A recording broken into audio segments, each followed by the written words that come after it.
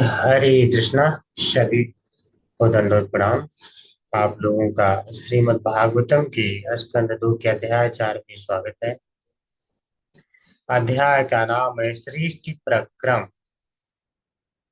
तो इसमें हमने देख लिया था कल तक श्लोका नंबर 5।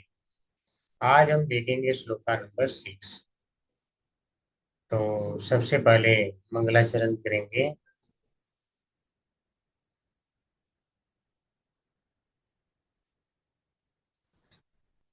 तो सभी मंगलाचरण कर सकते हैं। नारायणं नमस्कृत्य नारायणं नारायणं नमस्कृत्य नमस्कृत्य नरं चैव नरोत्तमं नरं नरं चैव चैव नरोत्तमम् नरोत्तमं देवीं सरस्वतीं व्यासं देवीं देवीं सरस्वती सरस्वती व्यासम् व्यासं ततो जयमुदीरये। ततो ततो जयमुदीरये जयमुदीरये। नष्टप्रायेष्वभद्रेषु नष्टप्रायेषु अभद्रेषु नष्टप्रायेष्वभद्रेषु नित्यं भागवत सेवया नित्यं नित्यं भागवत सेवया भागवतेन भगवती उत्तमा श्लोके भगवते भगवती उत्तमा श्लोके उत्तमश्लोके भक्तिर्भवती नैष्ठिके भक्तिर्भवति नैष्ठिके भक्तिर्भवति।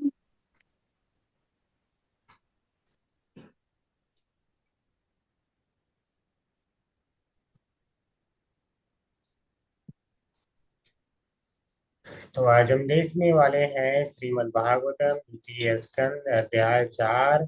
अध्याय का नाम है सृष्टि प्रक्रम। और इसमें हम देखेंगे आज श्लोक का नंबर 6।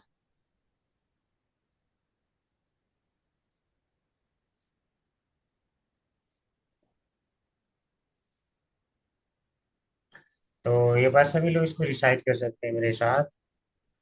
भूयैव विविष्यामि भूय भूय भूयः एव विविक्ताः विविष्यामि भगवान् आत्ममायया भगवान् भगवानात्ममाया आत्माया यथेदं सृजते विश्वम् यथेम सृजते यथेदमसृजते विश्वम् दुर्विभाव्यम् अधीश्वरैः दुर्भाव्यति अधीश मधीश्वरः भूय एव विविष्यामि भूय भूयमेव एव विविष्यामि भगवान् आत्ममायया भगवान् आत्ममाया भगवानात्ममायया यथेदं सृजते विश्वम् यद्यदि यथेदं सृजते विश्वम् दुर्विभाव्यम् अधीश्वरैः दुर्विभाव्यमते मतीश्वरे भूयैव विविष्यामि भूयैव भूयैव विविक्तानि विवित्स्यामि भगवानात्ममायया भगवानात्ममायया भगवानात्ममायया यथेदं सृजते विश्वम् यथेदं सृजते विश्वम् दुर्विभाव्यम् अधीश्वरैः दुर्विभाव्यमधीश्वरे दुर्विभाव्यमधीश्वरे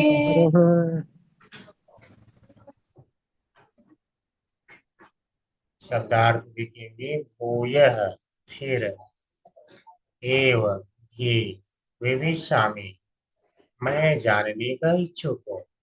भगवान भगवान आत्म निजी माया शक्तियों से यथा जिस तरह इदम यह व्यवहार जगत सृजते सृजन करता है विश्वम ब्रह्मांड को दुर्विभाव्यम अचिंत्य आदिश्वर महान देवताओं द्वारा अनुवाद। मैं आपसे यह जानना चाहता हूँ कि भगवान किस प्रकार अपनी निजी शक्तियों से इस रूप में इन दृश्य ब्रह्मांडों की सृष्टि करते हैं, जो बड़े से बड़े देवताओं के लिए भी अचिंत्य हैं।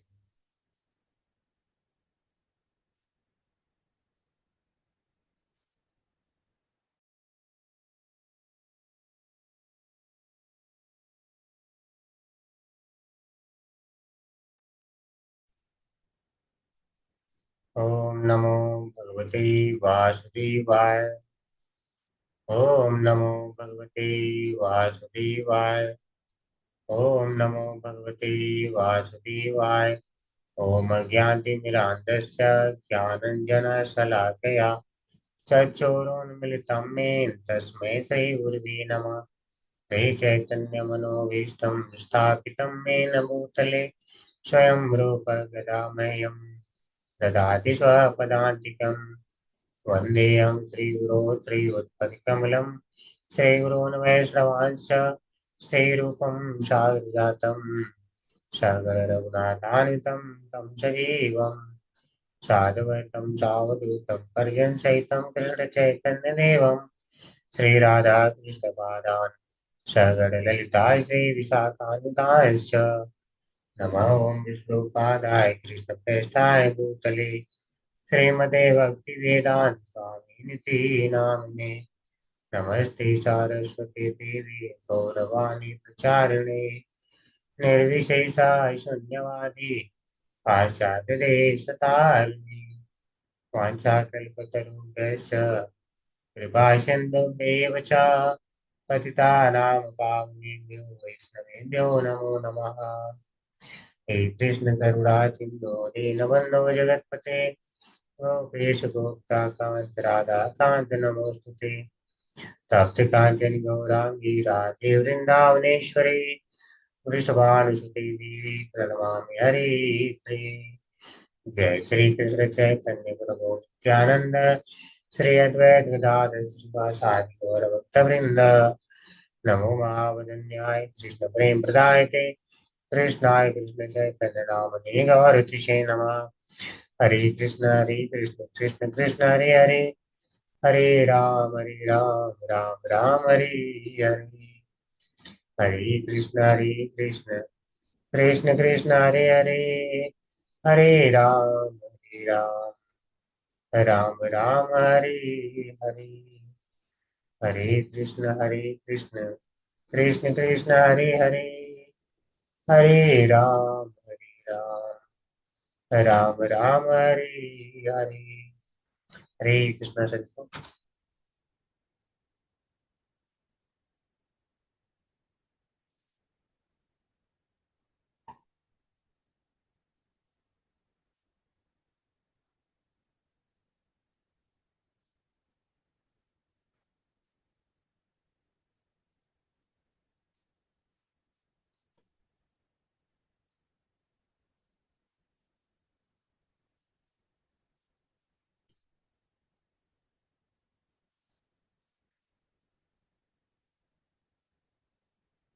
तो एक बार फिर से श्लोक को सभी लोग रिसाइट करेंगे। भुव एव विविशामि भूयेव विविष्यामि भगवानात्ममायया भगवानात्ममायया यथेदं सृजते विश्वम् यथेदं सृजते विश्वम् दुर्विभाव्यं मदीश्वरै।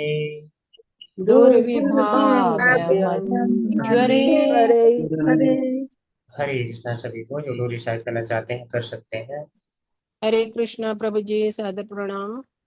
भूय एव विवित्सामि भगवानात्ममायया यथेदं सृजते विश्वं दुर्विभा वयमधीश्वरैः। हरे कृष्ण प्रभु जी। हरे कृष्ण प्रभु जी। भूय एव विवित्सामि भगवान् आत्ममायया यथेदं सृजते विश्वं दुर्विभाव्यम् अधीश्वरः। हरे कृष्ण। हरे कृष्ण प्रभु जी।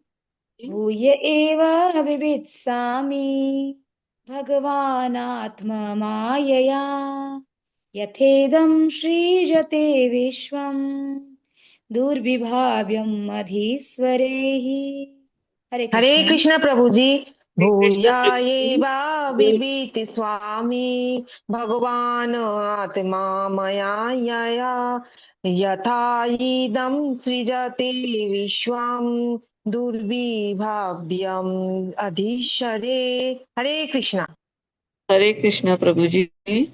भूय एव विवित्सामि भगवानात्ममायया यथेदं सृजते विश्वं दुर्विभावयमधीश्वरे। हरे कृष्ण हरे प्रभु जी। हरे कृष्ण प्रभु जी। भूयं एव विविष्यामि भगवान् आत्मा मायया यथेदं सृजते विश्वं दुर्विभाव्यम् अधीश्वरः। हरे कृष्ण प्रभु जी। हरे कृष्ण प्रभु जी। भूया एव विवित्सामि भगवानात्मा मायया यथेदं सृजते विश्वं दुर्विभाव्यमधीश्वरैः। हरे कृष्ण।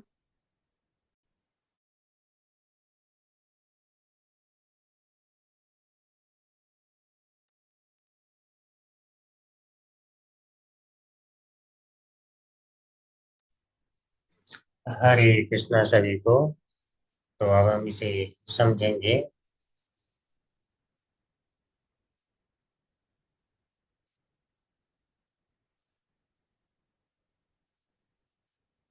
तो इसके पहले जो हमने देखा था कि प्रश्न पूछने से पहले उनके मन में क्या भाव थे, उसे हमने जाना था।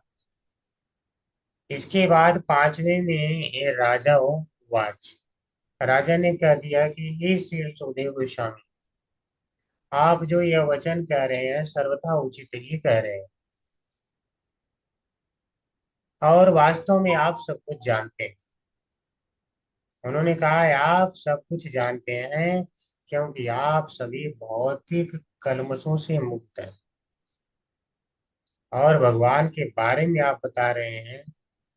तो आप जो कह रहे हैं उसे तमो विषेर्यते मह्यम, मेरा सारा अंधकार रूपी अज्ञान गायब हो रहा है, ऐसा उन्होंने कहा था। तो अगर अज्ञान रूपी अंधकार गायब होना शुरू हो गया, ये एहसास हो जाए, तो बस वहीं पे आदमी रुक तो जाएगा नहीं। कि यह महसूस हो गया, यानी अनुभव हो गया कि मेरा अज्ञान धीरे धीरे गायब हो रहा है, तो वहां पे कोई भक्त रुकेगा नहीं, तो आगे वो प्रश्न करेगा। तो अब यहाँ पे वो प्रश्न करते हैं, यहाँ से प्रश्न शुरू हुआ। क्या क्या प्रश्न करेंगे? पहले दो प्रश्न था, उसका उत्तर उन्होंने दे दिया था। अब नया प्रश्न शुरू। करें, मैं आपसे यह जानना चाहता हूँ कि भगवान किस प्रकार अपनी निजी शक्तियों से, यानी आत्म माया, अपनी माया से इस रूप में इन दृश्य ब्रह्मांडों की सृष्टि करते हैं। समझ रहे हैं? इस रूप में सृष्टि कर रहे हैं। तो ये हम देख पा रहे हैं ना, सारा दृश्य ब्रह्मांड देख पा रहे हैं। क्या है यहाँ पे, क्या नहीं है, कुछ तो देख ही पा रहे हैं। तो भगवान इस ब्रह्मांड की पूरी सृष्टि करते हैं, और यह सृष्टि बड़े से बड़े देवताओं के लिए भी अचिंत्य है। तो भगवान के द्वारा बनाई गई सृष्टि बड़े से बड़े देवताओं के लिए भी अचिंत्य है, और भगवान स्वयं भी बड़े से बड़े देवताओं के लिए अचिंत्य हैं। यानी उनके तर्क द्वारा अगर किया जाए तो तर्क शक्ति यानी चिंतन शक्ति से परे हैं। प्रश्न देखिए, समझिए प्रश्न क्या है। प्रश्न यह है, प्रश्न समझ में आएगा तभी आपको उत्तर बाद में समझ में आएगा। क्या जो है सुखदेव गोस्वामी बोल रहे हैं। प्रश्न बनी कि भगवान इस दृश्य जगत, यानी ये जो ब्रह्मांड है बहुत सारे अनंत, इन ब्रह्मांडों की सृष्टि अपनी शक्ति से करते हैं, आत्म माया से करते हैं। तो भगवान किस प्रकार करते हैं मैं ये जानना चाहता हूँ। समझ रहे हैं? तो प्रश्न ये है,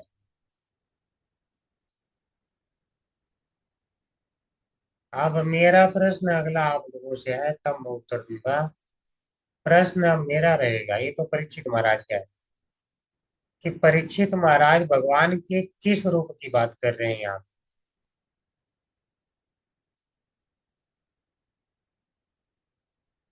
प्रश्न ये है कि परीक्षित महाराज भगवान के किस रूप की बात कर रहे हैं इस श्लोक में।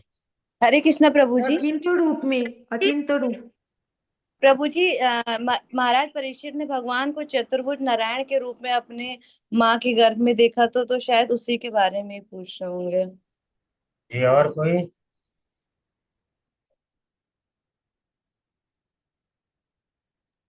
हरे कृष्णा प्रभु जी, सादर प्रणाम। विराट रूप के प्रभु जी। नहीं और कोई? हरे कृष्णा प्रभु जी, अचिंत्य रूप में जो हम लोग का चिंतन के परे। जी और कोई? हरे कृष्णा प्रभु जी, कारणोदक्षाय विष्णु जो। हरि बोल हरि बोल। हरे किसने बताया, किसने? प्रभु जी श्याम सुंदर के रूप में। किसी ने नहीं बताया प्रभु जी, ये पढ़ा है ना, तो जब मैंने समझा है थोड़ा सा अभी प्रसादम बनाने में लग रही थी, मैंने फिर ये पढ़ा है, अर्थ पढ़ा है। मैंने कहा प्रभु जी ने ऐसे विराट स्वरूप का, फिर ये तो ब्रह्मांडों की सृष्टि तो कारणोदक्षाय विष्णु के श्वास लेने से और छोड़ने से ही होती है। हरि बोल हरि बोल। हरे कृष्णा प्रभु जी। तो यहाँ इस श्लोक में कारणोदक्षाई विष्णु की बात कर रहे हैं, तो भगवान की सृष्टि लीला की बात कर रहे हैं कि भगवान किस प्रकार से सृष्टि करते हैं। और ये सृष्टि अचिंत्य है लोगों के लिए, जिस प्रकार से भगवान अचिंत्य है, इनकी सृष्टि भी अचिंत्य है, अर्थात लोग समझ ही नहीं पाते कैसे बनी है। आपने देखा होगा कि वैज्ञानिकों ने कई बार यह ब्रह्मांड कैसे बना उसको जानने के लिए मशीनें बनाई, गैलेक्सी मशीन बनाई थी ना। तो क्या लाइट हेड्रॉन कोलाइडर कुछ ऐसे था मशीन का नाम, LHC। तो मशीन उन्होंने बनाया और उससे बहुत सारा प्रयोग करा, बार बार मशीन ही फेल हो जाती। ठीक है, तो भगवान ने ब्रह्मांड कैसे बनाया उसका रिसर्च बड़े बड़े अधीश्वरई है, यहाँ पे क्या करें, अधीश्वरई है। अधीश्वरई यानी महान देवता द्वारा, अर्थात ब्रह्मा और शिव द्वारा भी क्या है, यह ब्रह्मांड दुर्विभाव्यम, अचिंत्य है, यानी जान पाना उनकी तर्क शक्ति से परे है। समझ रहे हैं? तर्क शक्ति से परे है, दुर्विभाव्यम यानी बहुत ही कठिन है। कठिन यहाँ तक है कि इसको आप कह सकते हैं अवितर्क, यानी तर्क शक्ति से परे, अवितर्क। समझ रहे हैं? इसी बात को कह रहे हैं अचिंत्य, यानी यह तर्क शक्ति से परे है किसी के। और किसी इंसान की बात नहीं कर रहे हैं।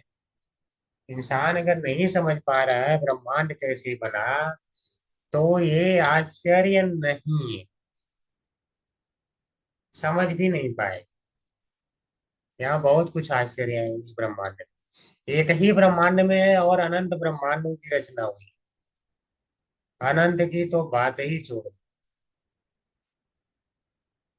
तो किसके द्वारा? अधीश्वर ही है, विभाव्यम, यानी अधीश्वरे जो महान देवता ब्रह्मा शिव आदि हैं, उनके द्वारा भी दुर्विभाव्यम अचिंत्य है।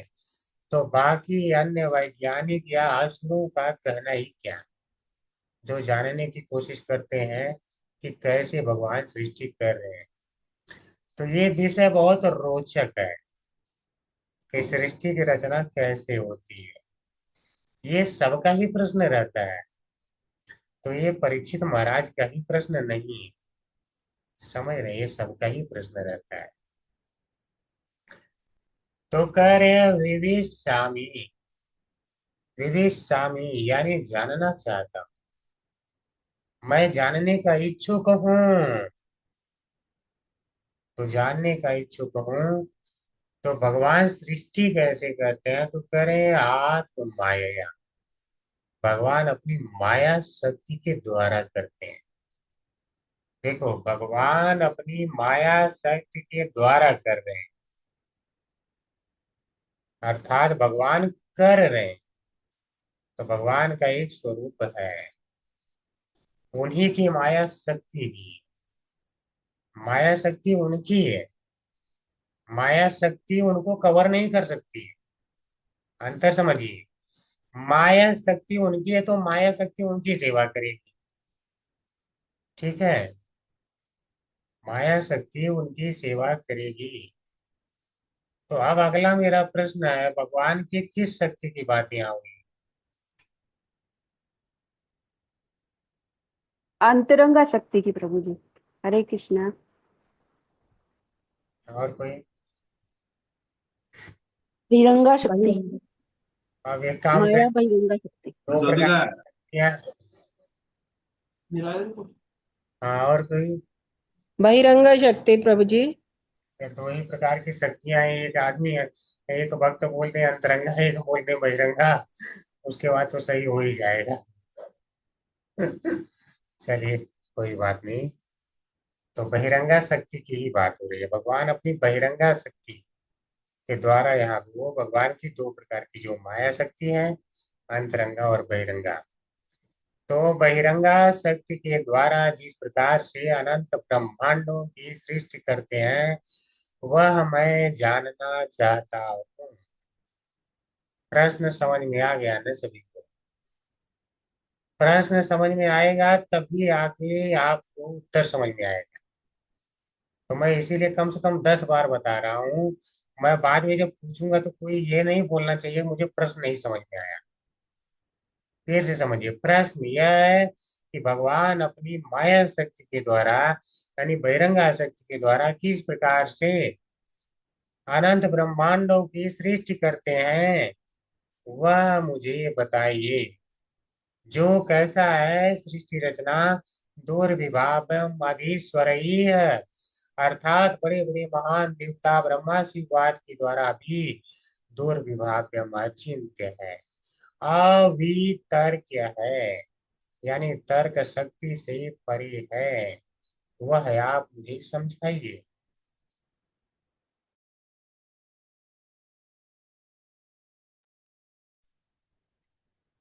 अवितर्क्य, समझ रहे हैं? तो बात ये है कि श्रील सुखदेव गोस्वामी ने कहा था कि जो म्रियमाण पुरुष हैं, उनके लिए तो भगवान की लीलाओं का, रूप का, गुण का श्रवण, कीर्तन, स्मरण इत्यादि किया जाना चाहिए, ऐसा उन्होंने कहा था।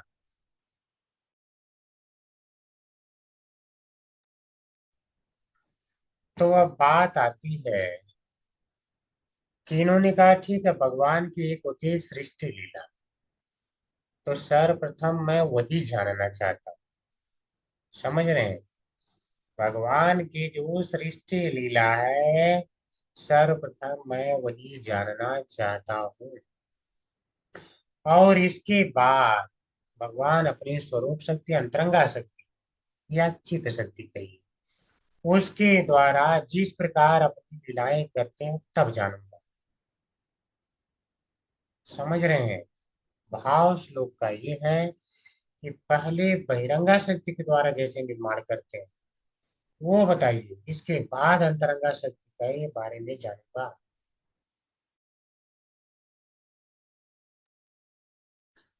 देखिए, अंतरंगा शक्ति के द्वारा भगवान अपनी लीलाएं करते हैं। अंतरंगा शक्ति इस ब्रह्मांड की नहीं है, अनंत भौतिक ब्रह्मांडों के अंतर्गत नहीं है। तो जो लीलाएं होती हैं वो कठिन है।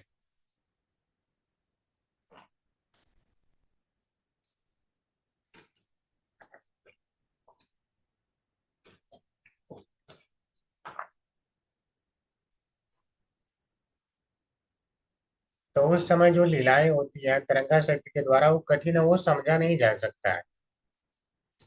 इस भौतिक ब्रह्मांड में हम भौतिक चीजों को देखते हैं तो भौतिक ही समझ पाते हैं। तो भगवान की जो अंतरंगा शक्ति से जो लीला करते हैं वो समझ में नहीं आता दशम स्कंद वाली, अंतरंगा शक्ति के द्वारा करते हैं। तो इसीलिए इन्होंने क्या कहा कि सबसे पहले मैं आपकी बहिरंगा शक्ति की जो लीला है भगवान की वो जानना चाहता हूँ, इसके बाद तब जानूंगा वो जिस शक्ति के द्वारा। तो इससे आपको ये भी समझना चाहिए कि सर्वप्रथम भगवान के बारे में जानने से पहले उनके ऐश्वर्य को समझ लेना आवश्यक है। समझ रहे हैं? श्रील जीव गोस्वामी ने क्रम संदर्भ नाम से एक टीका लिखा है। वे कहते हैं कि राजा तो वास्तव में ये कहना चाहते थे मैं भगवान के बारे में जानना चाहता हूँ, लेकिन अगर पहले ही भगवान के बारे में जानना चाहूंगा, लीलाओं को जो अंतरंगा शक्ति से करते हैं पूछूंगा, तो मैं उनको समझ नहीं पाऊंगा, तो इस कारण से मुझे दुख होगा। संवाद को न समझ पाने के कारण मुझे दुख होगा। तो इसलिए मैं पहले सृष्टि लीला समझना चाहता हूँ कि भगवान का ऐश्वर्य क्या है। मुझे पता है अभी आपको समझ में नहीं आया होगा मैं क्या कर रहा हूँ, समझिए। अब देखिए, अब जैसे मान लो यशोदा माता बालक भगवान को दौड़ा रही हैं छड़ी लेकर के। अब भगवान दौड़ रहे हैं तो अब क्या भक्त को लगेगा, अरे भगवान को पड़ जाएगा, चोट आ जाएगी, चोट आ जाएगी एक छड़ी से। तो भक्त को बड़ा वहां पे दुख हो सकता है। अंतरंगा शक्ति की वो लीला है। आप बहिरंगा शक्ति की लीला में आ जाइए। आपने देख लिया ऐश्वर्य, बहिरंगा मीन्स ऐश्वर्य शक्ति, समझिए ऐश्वर्य लीला। इसमें आप देख रहे हैं उनके एक एक रोम से तो अनंत ब्रह्मांड निकल रहे हैं। तो जिस भगवान के एक एक रोम से अनंत ब्रह्मांड निकल रहे हैं उनको छड़ी का चोट कैसे लग जाए।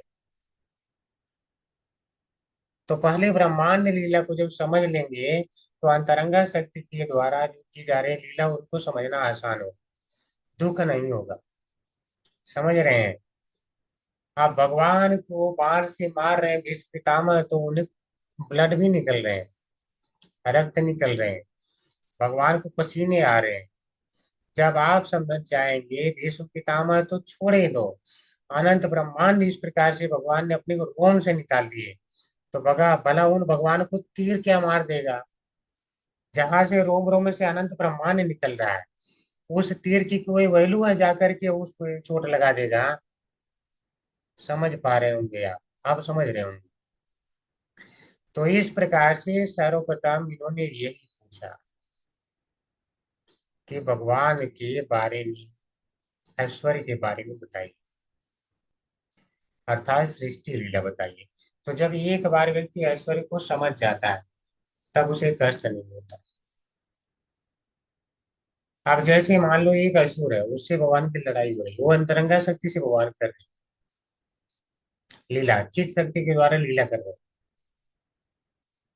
कभी कभी स्वरूप शक्ति भी कहते हैं क्योंकि भगवान सच्चिदानंद है, उनका स्वरूप सच्चिदानंद है। तो चित शक्ति के द्वारा की गई लीला को स्वरूप शक्ति के द्वारा प्रदर्शित लीला भी कह दिया जाता है। तो अंतरंगा शक्ति के द्वारा, चित शक्ति के द्वारा अगर कहा जाए स्वरूप शक्ति के द्वारा, तो एक ही भाव समझना होगा। तो अब जैसे कुछ कुछ असुर होते हैं अब भगवान से लड़ने लगते हैं, तो भगवान केवल दिखाने के लिए क्या है, कभी कभी भगवान को ऐसे मार देता है, तब लगता है अरे भगवान को तो चोट आ गई होगी। और जब जान जाएंगे कि असुर तो छोड़ दो, रोम से केवल अनंत ब्रह्मांड आ रहे हैं, जब इस लीला को हमने समझ लिया, ठीक है, तो क्या उस जो है उसके गदा से भगवान को चोट लगेगा। अनंत ब्रह्मांड के सामने जो है, एक भी ब्रह्मांड के सामने गदे की कोई वैल्यू है, वो तो रोम में ही समा जाएगा भगवान की। अर्थात अगर भगवान कुछ दिखा रहे हैं कि देखो मुझे चोट लग रही है, तो बस वो दिखा रहे हैं माया शक्ति के द्वारा, बस भगवान को कुछ नहीं हो सकता ना हो रहा है। अब समझ पा रहे होंगे आप। तो इस प्रकार से जानना तो चाहते थे भगवान के ही बारे में, लेकिन इन्होंने क्या पूछा पहले कि सृष्टि लीला बताई। अब जैसे राम जी अंतरंगा शक्ति के द्वारा लीला क्या कर रहे हैं कि वो वन में भटक रहे हैं। सीता जी गायब हो गई हैं, ढूंढ रहे हैं भगवान, और भगवान को सीता जी मिल नहीं रही। अब भक्त कहेगा, बहुत दुखी होगा, हाँ मैं तो अब रोऊंगा, भगवान की सीता नहीं मिल रही है। अब बड़ा दुख होगा, वन में भटक रहे हैं, वन को पार कैसे करेंगे, यहाँ पे बहुत कठिन हो रहा है। आज जब व्यक्ति को पता चलेगा कि भगवान के रोम से ही इतने ब्रह्मांड आते हैं, अब एक एक रोम से इतने ब्रह्मांड आ रहे हैं, तो एक एक ब्रह्मांड में कितने वन है कोई जानता है? तो कितने वन तो भगवान ने पैदा कर दिए, तो भगवान भला वन में कैसे भटके? समझ रहे हैं? एक रोम के बराबर भी वन नहीं है उनके। देखने में यहाँ पे ऐसा रूप धारण किए कि वन बहुत बड़ा लग रहा है, भगवान वन में आ गए हैं।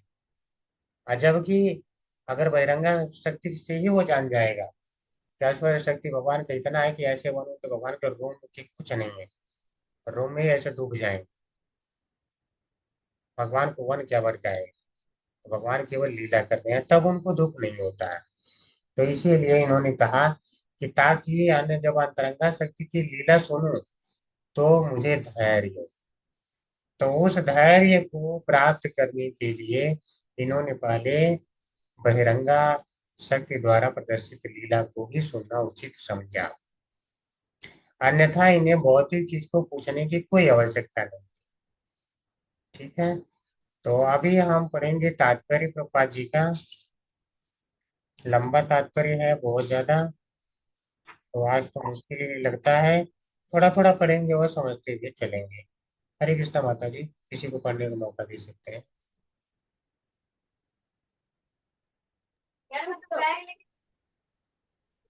हरे कृष्णा ईश्वरी माता जी। पढ़े माता जी। हरे कृष्णा। धन्यवाद माता जी। तात्पर्य शिला प्रभुपाद के द्वारा। शिला प्रभुपाद की जय। प्रत्येक जिज्ञासु मन में इस दृश्य जगत की सृष्टि का महत्वपूर्ण प्रश्न उठता रहता है। अतएव महाराज परीक्षित जैसे व्यक्ति के द्वारा इस तरह का प्रश्न असामान्य नहीं है, क्योंकि उन्हें अपने गुरु से भगवान के सारे कार्यकलाप समझने थे।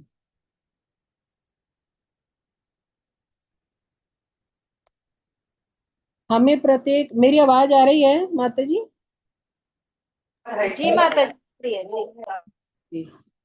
हमें प्रत्येक अपरिचित वस्तु को किसी विद्वान से जानना तथा पूछना होता है। सृष्टि का प्रश्न भी ऐसा ही है, जिसे सही व्यक्ति से पूछना चाहिए। अतएव गुरु को ऐसा व्यक्ति होना चाहिए जो सर्वज्ञ हो, जैसा कि यहाँ पर सुखदेव गोस्वामी के विषय में कहा गया है। इस तरह ईश्वर संबंधी ऐसे सारे प्रश्न जो शिष्य को ज्ञात न हो, योग्य गुरु से पूछे जाने चाहिए। और यहाँ पर महाराज परीक्षित इसका व्यवहारिक उदाहरण प्रस्तुत कर रहे हैं। किंतु महाराज परीक्षित को यह पहले से ज्ञात था कि प्रत्येक दिखाई देने वाली वस्तु भगवान की शक्ति से उत्पन्न होती है, जैसा कि हम श्रीमद् भागवत के प्रारंभ में ही सीख चुके हैं। जन्माद्यस्य यतः। अतः महाराज परीक्षित सृष्टि रचना की प्रक्रिया जानना चाहते थे। उन्हें सृष्टि का उद्गम ज्ञात था, अन्यथा वे यह प्रश्न कैसे कर सकते थे कि भगवान ने अपनी विभिन्न शक्तियों से इस घटनाओं से भरे जगत की सृष्टि कैसे की। सामान्य व्यक्ति भी जानता है कि यह सृजन किसी सृष्टा द्वारा किया जाता है, सृष्टि स्वतः उत्पन्न नहीं हुई है। हमें संसार में ऐसा कोई व्यवहारिक अनुभव नहीं है जहाँ कोई वस्तु स्वतः उत्पन्न हुई हो। मूर्ख लोग कहते हैं कि सृजनात्मक शक्ति स्वतंत्र है और उसी तरह स्वतः कार्यशील है, जिस तरह की विद्युत शक्ति कार्य करती है। किंतु बुद्धिमान व्यक्ति जानता है कि विद्युत शक्ति भी स्थानीय शक्ति घर में दक्ष इंजीनियर अभियंता के निर्देशन में उत्पन्न की जाती है और वहां के इंजीनियर के निरीक्षण में सर्वथा वितरित की जाती है, हरे सर्वत्र वितरित माता की जी, जाती धन्यवाद माता जी। बहुत हरे कृष्णा। है। धन्यवाद प्रभु जी। धन्यवाद माता जी। आपने हरे कृष्णा। रीटा माता जी आप पढ़े। हरे कृष्ण प्रभु जी। हरे कृष्ण माता जी। शिल प्रभुपाद की जय। तत्पर शिल प्रभुपाद द्वारा सृष्टि के संबंध में श्री भगवान की अध्यक्षता का वर्णन भगवत गीता 9.10 में भी मिलता है और वहां पर यह स्पष्ट उल्लेख है कि भौतिक शक्ति परमेश्वर की ऐसी अनेक शक्तियों में से एक का प्रकट्य है। परास्य शक्ति विविध है वह सूर्यते। यह अनुभव शून्य बालक इलेक्ट्रॉनिकी के निराकार कार्यकलापों को देखकर या विद्युत शक्ति से संबंधित अनेक आश्चर्यजनक वस्तुओं को देखकर आश्चर्यचकित हो सकता है, लेकिन एक अनुभवी व्यक्ति जानता है कि इन कार्यों के पीछे एक सजीव व्यक्ति रहता है जो ऐसी शक्ति उत्पन्न करता है। इसी प्रकार संसार के तथाकथित विद्वान तथा विचारक अपने अपने मानसिक चिंतन द्वारा ब्रह्मांड की निराकार सृष्टि के विषय में अनेक स्वप्नदर्शी सिद्धांत प्रस्तुत कर सकते हैं, किंतु एक बुद्धिमान भगवत भक्त भगवत गीता का अध्ययन करके जान सकता है कि इस सृष्टि के पीछे परमेश्वर का हाथ है। ठीक उसी तरह जिस तरह विद्युत शक्ति घर के पीछे रेजिडेंट इंजीनियर का हाथ रहता है। एक शोधार्थी प्रत्येक वस्तु के कारण तथा कार्य को ढूंढता है, किंतु जब ब्रह्मा, शिव, इंद्र तथा अन्य देवताओं जैसे बड़े बड़े शोधार्थी कभी कभी श्री भगवान की आश्चर्यजनक सृजनात्मक शक्ति देखकर भ्रमित हो जाते हैं, तो उन क्षुद्र संसारी शोधार्थियों का क्या कहा जाए जो क्षुद्र वस्तुओं में लगे रहते हैं। जिस तरह ब्रह्मांड में विभिन्न लोकों के रहन सहन में अंतर है और जिस तरह एक लोक दूसरे से श्रेष्ठ है, उसी तरह उन लोकों के निवासियों के मस्तिष्क भी विभिन्न कोटियों के हैं। जैसा कि भगवत गीता में कहा गया है, ब्रह्मा जी के लोक के निवासियों की दीर्घ आयु जो इस धारा लोक के निवासियों के लिए अचिंत्य है की तुलना ब्रह्मा जी के मस्तिष्क की कोटि के मूल्य से की जा सकती है, जो इस लोक के किसी भी महान वैज्ञानिक के लिए अचिंत्य है। इतनी बड़ी मस्तिष्क शक्ति होने पर भी ब्रह्मा जी ने अपनी महान संहिता ब्रह्म संहिता में इस प्रकार वर्णन किया है। हरे कृष्ण माता जी। पहले यहाँ तक समझ लेते हैं, फिर आगे पढ़ेंगे।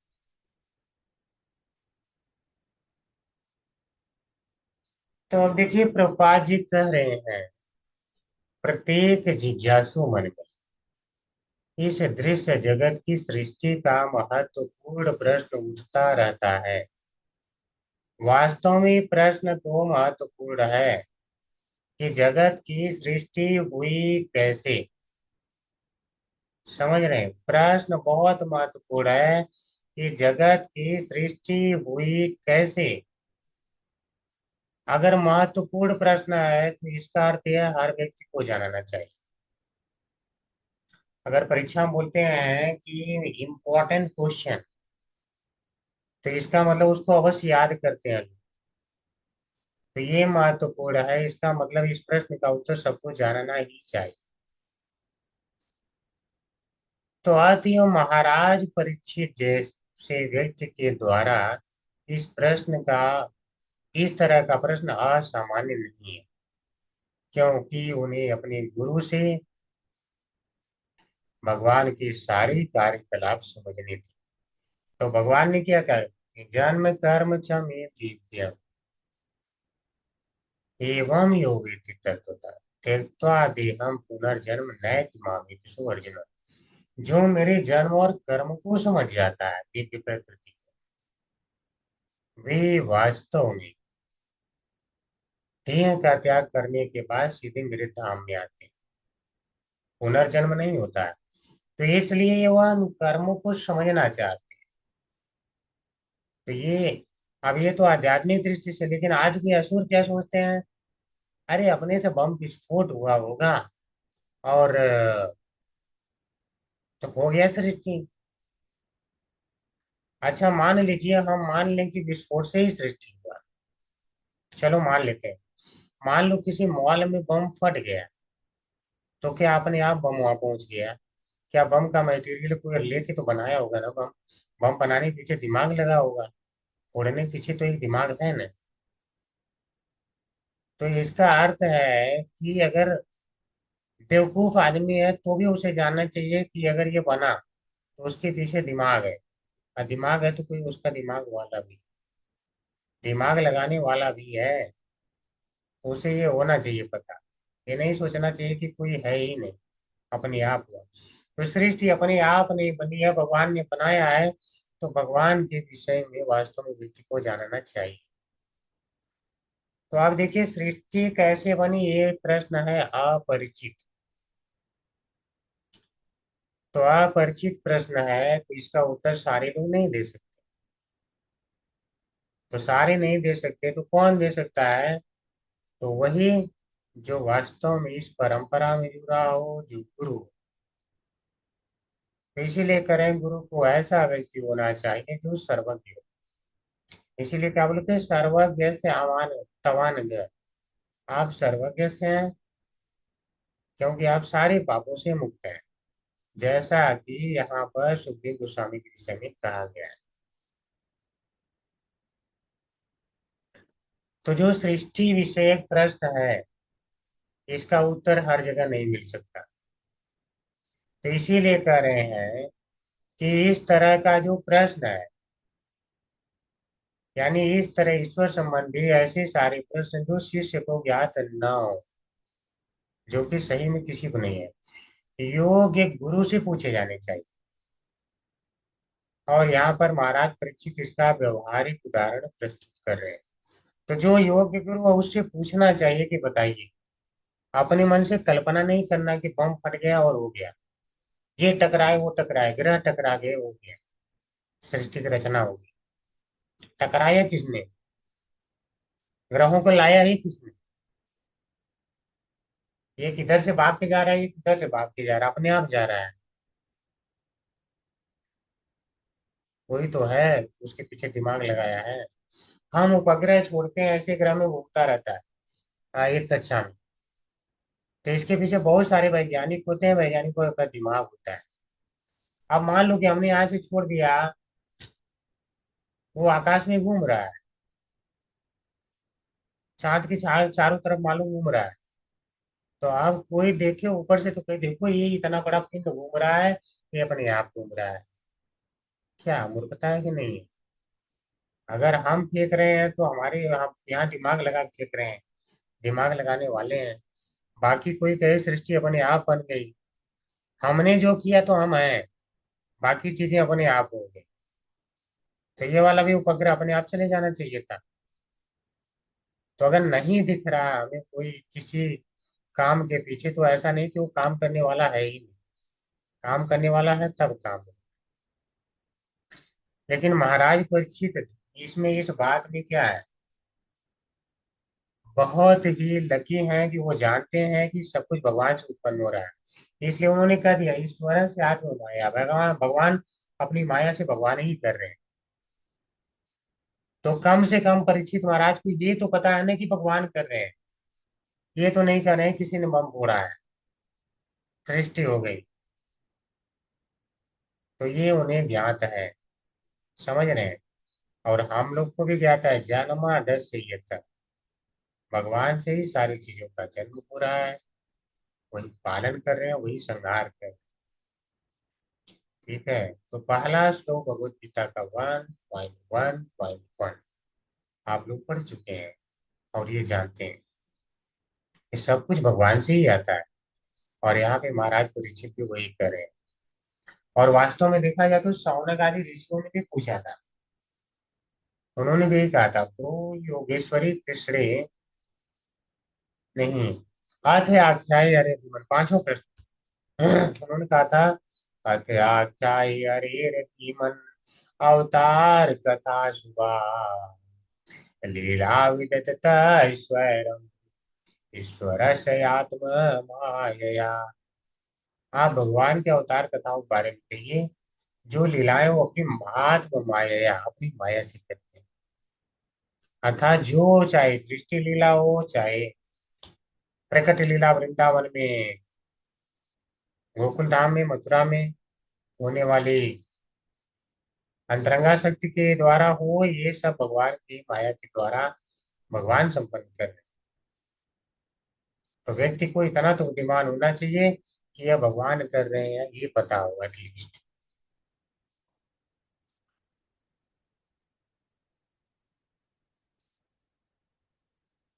सामान्य व्यक्ति भी जानता है कि यह सृष्टि किसी सृष्टा ने बनाई है, स्वतः उत्पन्न नहीं हुई। लेकिन असुर नहीं जानते। असुर सोचते हैं बम फोड़ने से हुई है, मशीन बना लो उससे पता चल जाएगा, ऐसा सोचते हैं। ठीक है। हमें संसार में ऐसा कोई अनुभव नहीं है जहाँ कोई वस्तु स्वतः उत्पन्न हुई। तो जो भी चीज पैदा हुई है या उत्पन्न हुई या बनी है, कोई ना कोई बनाने वाला है। यानी हर एक के पीछे कारण है। इसी तरह हर एक के पीछे कारण देखते देखते जाते हैं, जहाँ सारे कारण समाप्त हो जाते हैं तो पता चलता है वो कारणों के कारण कृष्ण है। प्रभुपाद जी यही बात समझाए। मूर्ख लोग कहते हैं कि सृजनात्मक शक्ति स्वतंत्र है और उसी तरह स्वतः कार्यशील है जिस तरह की विद्युत शक्ति होती है। तो वास्तव में लोग कहते हैं देखो विद्युत शक्ति, देखो फैन घूम रहा है, कैसे घूम रहा है, कोई पकड़ के तो नहीं घुमा रहा है। और अगर जो बिजली घुमा रही है वो कैसे निराकार है, उसका कोई आकार तो दिख नहीं रहा है, और घुमा रही है, ना दिखने वाली चीज घुमा रही है, देखो देखो घुमा रही है। तो वो अर्थात निराकार ही से घुमा रहा है। लेकिन प्रभुपाद जी कह रहे हैं अगर ये निराकार की सत्ता है तो इसके पीछे कुछ इंजीनियर है जिन्होंने इसको बनाया है। उनके निरीक्षण में ये निराकार भी की सत्ता है जो कार्य कर रहा है। अर्थात इसके पीछे दिमाग लगाने वाले हैं और दिमाग साकार है। तो हर जगह साकार से ही निराकार की सत्ता है। जैसा कि भगवत गीता में भगवान भी कहते हैं कि जो निराकार ब्रह्मणु ही प्रतिष्ठा है, यानी निराकार ब्रह्म का आधार मैं ही हूँ, भगवान बताते हैं। तो अगर कहीं भी निराकार है तो उसके पीछे साकार ही होता है। ठीक है, जैसा कि आपने इसमें भी पढ़ा है, ईशोपनिषद में, वहां पे भी पढ़ा है कि हिरण्यमयीन पात्रे सत्य से अपिक्तम मुखम, भगवान का मुख है जो क्या है उनके शरीर से निकलने वाली प्रभा के द्वारा ढका हुआ है। तो भगवान का स्वरूप है, नहीं दिखे, हम देखने योग्य नहीं इसलिए नहीं दिखता है। तो इसी प्रकार से जैसे प्रकृति है, यहाँ पे क्या है, सारा कुछ कार्य लगता है अपने आप हो रहा है। देखो जीव अपने आप यहाँ पैदा हो रहे हैं, नदी में पैदा हो रहे हैं, जल में पैदा हो रहे हैं, कहीं कुछ सड़ गया वहां पैदा हो रहे हैं, पेड़ अपने आप उग रहा है। तो वस्तुतः ये सारे काम हो रहे हैं, काम हो रहे हैं तो अपने आप नहीं हो रहा है, किसी के निर्देशन में हो रहा है। तो इसको बताएं भगवान ने भगवत गीता में, मई अध्यक्षेण प्रकृति श्वेते सचराचरम, प्रकृति मेरी अध्यक्षता में कार्य कर रही है। तो वास्तव में ऐसा नहीं कि प्रकृति स्वतंत्र है, भगवान की अध्यक्षता में कार्य कर रही है। तो कभी भी जहाँ कुछ कार्य होता है उसके पीछे एक दिमाग होता है और दिमाग वाला एक साकार रूप होता है। तो भगवान की अनंत शक्तियां वास्तव में अगर कहा जाए तो उनकी शक्तियों की सीमा नहीं है। तो इसीलिए कह रहे हैं भौतिक शक्ति परमेश्वर की ऐसी अनेक शक्तियों में से एक का प्राकट्य है। पराशर शक्ति विविधाएं विविधाएं, यानी बहुत सारी शक्तियां हैं, उनमें से यह एक है। तो ऐसे भी आप जानते हैं, पढ़ चुके हैं, यो अनंत शक्ति भगवान अनंत है। भगवान अनंत शक्ति वाले हैं, शक्ति भी उनकी अनंत है, वो भी अनंत है। यो अनंत शक्ति, शक्ति उनकी अनंत है और भगवान अनंत तो वह भी अनंत। तो उनमें से एक है भौतिक शक्ति। तो भौतिक शक्ति अपने आप नहीं कार्य कर रही, भगवान की शक्ति है। और शक्ति सदैव शक्तिमान के निर्देशन में कार्य करती है। आपका हाथ आपकी शक्ति है, अपने आप तो नहीं चला जाएगा ना, कार्य कर लेगा भी। आप जब चाहेंगे तब कार्य करेगा। तो शक्ति सदैव एक दासी की बात होती है शक्तिमान की। तो यहाँ प्रकृति में जो हो रहा है अपने आप नहीं हो रहा है, उसके पीछे भगवान है। प्रभुपाद जी का अलग उदाहरण दे रहे हैं दूसरा। जैसे एक मान लो एक अनुभव शून्य बालक इलेक्ट्रॉनिकी का कुछ मान लो कि वो देखता है कार्यकलाप, तो बड़ा आश्चर्यचकित हो जाता है। देखो रिमोट वाली कार अपने आप कैसे चल रही है, कैसे अपने आप नहीं चल रही, जब उसके पीछे कार्य कराने वाला कोई दिमाग है। ऐसा सिस्टम बनाया, एक नियम में बांध दिया कि वैसे वो चल रहा है। तो इसी प्रकार से भगवान ने एक नियम दिया और नियम के साथ शक्ति दिया। जैसे आप मान लो रिमोट कार चला रहे हो, तो आपने क्या है, आप उसमें जो है एक नियम बनाए, शक्ति बनाए, इसमें सेल लगाया, वहां सेल लगाया, जो भी बैटरी सेल जो भी लगाएगा, तो उसके द्वारा क्या किए हैं कि आपने शक्ति भी दिया कि वो कार्य हो सके। तो इन सबके पीछे कोई ना कोई है। तो इसी प्रकार से ये जितना ब्रह्मांड है उसके पीछे भी फिर भगवान है। तो प्रभुपाद जी इसीलिए कर रहे हैं, अनुभवी व्यक्ति जानता है इन कार्यों के पीछे एक सजीव व्यक्ति रहता है जो ऐसी शक्ति उत्पन्न करता है। तो कोई कार्य होता है तो कोई सजीव है, समझ रहे हैं, निराकार तो नहीं है। इसी प्रकार संसार की तथाकथित विद्वान तथा विचारक अपने अपने मानसिक चिंतन द्वारा ब्रह्मांड की निराकार सृष्टि के विषय में अनेक स्वप्न दर्शी सिद्धांत प्रस्तुत कर सकते हैं, किंतु एक बुद्धिमान भगवत भक्त भगवत गीता का अध्ययन करके जान सकता है कि सृष्टि के पीछे परमेश्वर का हाथ है, ठीक उसी तरह जिस तरह विद्युत शक्तिघर के पीछे रेजिडेंट इंजीनियर का हाथ रहता है। तो भगवत गीता हम पढ़ते हैं तो भगवान ने क्लियर कहा, हम सर्वस्व प्रभु, सारा कुछ मुझसे ही उत्पन्न होता है। अब अगर इस डायरेक्ट जो है भगवान ही बता दिए मुझसे सारा आता है, अब अगर जिसके पास से इसके बाद भी डाउट है तो भगवान ने गीता में उसके लिए बताया, संशय आत्मा विनश्यति, यानी संशय आत्मा का विनाश हो जाता है, जाएगा पशु योनि असुर योनि में जाएगा, यही करेगा। तो कोई संशय नहीं रहना चाहिए। जब भगवान ने डायरेक्ट क्लियर कर दिया तो फिर हमें डाउट कहाँ से आ रहा है। तो बाकी इनके क्या है, मानसिक चिंतन है केवल, और बड़े बड़े लोग नहीं जान पा रहे हैं, तो ये लोग कहाँ से जान पाएंगे। ब्रह्मांडों के सामने किसी व्यक्ति की कोई वैल्यू है, चींटी जैसी भी तो वैल्यू नहीं कहलाएगी, बताइए। और भगवान के रोम से निकला ब्रह्मांड, उस रोम में पैदा एक छोटा सा कीड़ा कह रहा है ये ब्रह्मांड कैसे पैदा हुआ, मैं जानूंगा, कैसे जान पाएगा। गूलर होता है, गूलर का पेड़, उसमें बहुत सारे जो है छोटे छोटे फल लगते हैं, उसके अंदर बहुत सारे कीड़े होते हैं।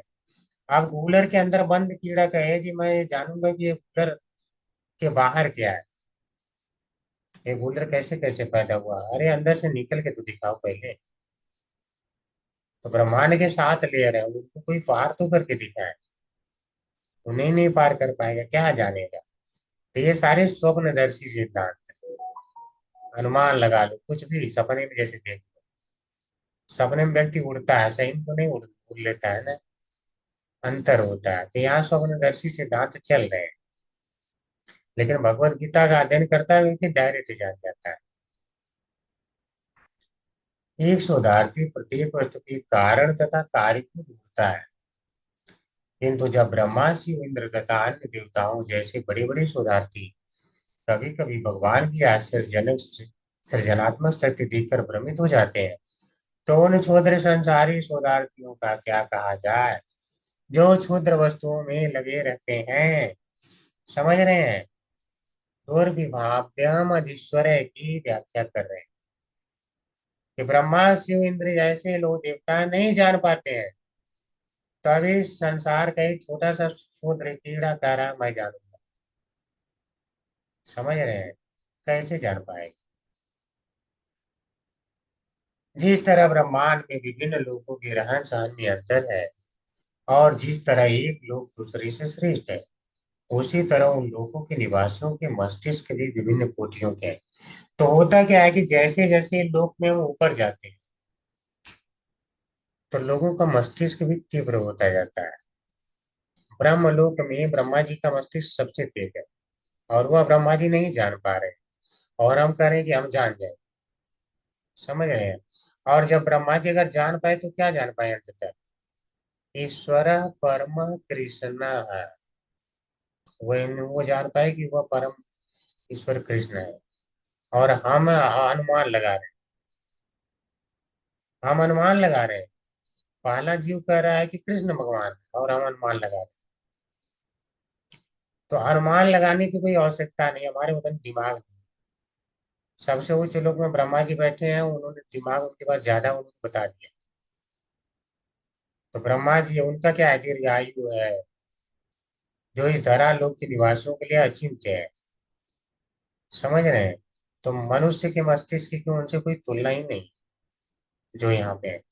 तो जो अत्यंत अपने आप को महान विज्ञानी समझते हैं, तो हम क्या उनकी ब्रह्मा जी से कोई तुलना है? अब ब्रह्मा जी के लोग के बारे में आपने पढ़ा था, न यत्र शोको न जरा न मृत्यु। वहां पे कोई शोक नहीं रहता, जरा नहीं रहती, मृत्यु नहीं रहती। ठीक है? दिमाग उनका इतना ज्यादा है, बहुत उच्च कोटि के लोग वहां पहुंचते हैं। और हम सोचते हैं, हम मरणशील प्राणी सोच रहे हैं कि जो है हम अनुमान लगा लें।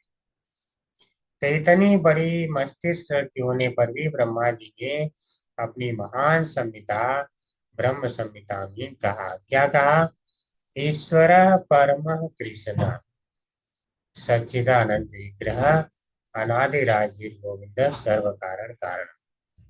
तो उन्होंने कहा, देखो ईश्वर, ईश्वर यानी नियंत्रक तो बहुत सारे हैं, लेकिन परम यानी जो सर्वश्रेष्ठ है, तो वह क्या है? कृष्ण कृष्ण, ऐसा उन्होंने बताया। तो हम जान क्यों नहीं पाते? तो कह रहे हैं कि उनका विग्रह तो है, यानी एक रूप है, लेकिन सच्चिदानंद, सच्चिदानंद स्वरूप है, सच्चित आनंद, जो इस संसार से मैच ही नहीं करता। और अनादि, आदि गोविंद यानी अनादि, उनका कोई आदि नहीं है, वे आदि है सबके। ऐसे भगवान गोविंद हैं, सर्व कारण कारण, सभी कारणों के कारण। अर्थात ऐसे अनेक व्यक्ति हैं जिनमें भगवान के गुण पाए जाते हैं, लेकिन उनमें कृष्ण सर्वोच्च है, क्योंकि उनसे बढ़कर कोई नहीं है। वे परम पुरुष हैं और उनका शरीर सच्चिदानंद स्वरूप है। वे आदि गोविंद, भगवान गोविंद हैं और समस्त कारणों के कारण है। तो इसलिए भगवान ने कहा, मत पर तरह नान्यत किंचित अस्ति धनंजय। मुझसे परे जो है, मुझसे श्रेष्ठ कुछ नहीं है, ऐसा उन्होंने क्लियर कर दिया। तो जब हम शास्त्र पढ़ते हैं तो हमको तुरंत उत्तर मिल जाता है। ठीक है, आगे हम कल जानेंगे, अभी काफी है तो हम जल्दबाजी नहीं करेंगे। आज यहीं पे विराम लेंगे। अगर किसी का कोई प्रश्न हो या कोई पॉइंट है तो बता सकते हैं। हरे कृष्णा। हरे कृष्णा प्रभु जी, सादर प्रणाम। धन्यवाद। प्रभु जी, ऐसे ही यही सेम प्रश्न रघुगण राजा ने जड़ भरत जी से किया था। जब उनके विषय में ऐसा लगा था तो वो पहली बार बोले थे, और उनसे बोले थे, राजन मैं पहली बार इसलिए तुमसे बोला हूँ कि मुझे ऐसा लग रहा है कि तुम भी कुछ जानते हो। जी मुझे आज तक ऐसा मिला नहीं जिससे मैं बात कर सकूं। तो जी ऐसे ही सृष्टि के विषय में उनकी वार्ता हुई थी वहां पे। जी, सही कह रहे हैं माता जी आप। हरे कृष्ण प्रभु जी, सादर हरे प्रणाम। हरे कृष्णा प्रभु जी। श्री कृष्णा प्रभु जी। जी, क्वेश्चन क्लास से रिलेटेड है कि आपने अभी कहा कि वहाँ ब्रह्म लोक में मृत्यु नहीं है, जरा नहीं है। तो लेकिन ब्रह्मा जी की आप ये भी बता चुके हो कि ब्रह्मा जी की भी मृत्यु होती है, नश्वर है। तो फिर मृत्यु कैसे नहीं होती है प्रभु जी? तो आपने तो इसी तीसरे अध्याय में पढ़ा था ना पीछे, गौरव प्रभु जी ने पढ़ाया था, तो आपने उसमें क्यों नहीं पूछा? आपने क्यों नहीं पूछा माता जी? अब मेरा प्रश्न का उत्तर आप दीजिए। प्रभु जी, शायद मैंने क्लास नहीं की होगी। आपने क्लास नहीं किया तो आपने फिर पढ़ा भी नहीं। प्रभु जी, तीसरे अध्याय में। तीसरे अध्याय में न यत्र शोको न जरा न मृत्यु, तीसरे में ही तो शायद पढ़ा गया था, नहीं ये वाला? ये नहीं, प्रभु जी, दूसरे। दूसरा अध्याय मेरा थोड़ा छूटा हुआ हाँ, है। तीसरा तो दूसरा में पढ़ा था है। मैंने प्रभु जी। तो आप जाइए रिकॉर्डिंग देखिए माता जी, आप वहाँ पे फिर से आप पूरी इतना वहाँ व्याख्या किए कि अब दोबारा थोड़ा नहीं की जाएगी। आप एक बार देखिए, नहीं समझ में आएगा तो आगे फिर पूछिएगा, फिर बताया जाएगा। प्रभु जी, किस अध्याय में प्रभु जी? तीसरे? तीसरे में तो नहीं है, इसके पहले हाँ ये है। श्लोक नंबर 27, हृदय में श्री भगवान, इसका मतलब ये दूसरे में है। ठीक है, जी जी दूसरे प्रभु जी, अध्याय में ठीक, सब। ये नहीं पढ़ा है प्रभु जी, इसीलिए शायद ये क्वेश्चन किया आपसे। ये वाला भी पूरा कंप्लीट नहीं हुआ है मेरा। हाँ, तो उसको जाइए, रिकॉर्डिंग सारा डला हुआ यूट्यूब पे, एक बार देखिएगा, नहीं समझ में आए तो फिर प्रश्न करिएगा। जी ठीक माता। है, जी प्रभु। हरे हरे कृष्ण प्रभु जी। हरे कृष्णा। और किसी का कुछ?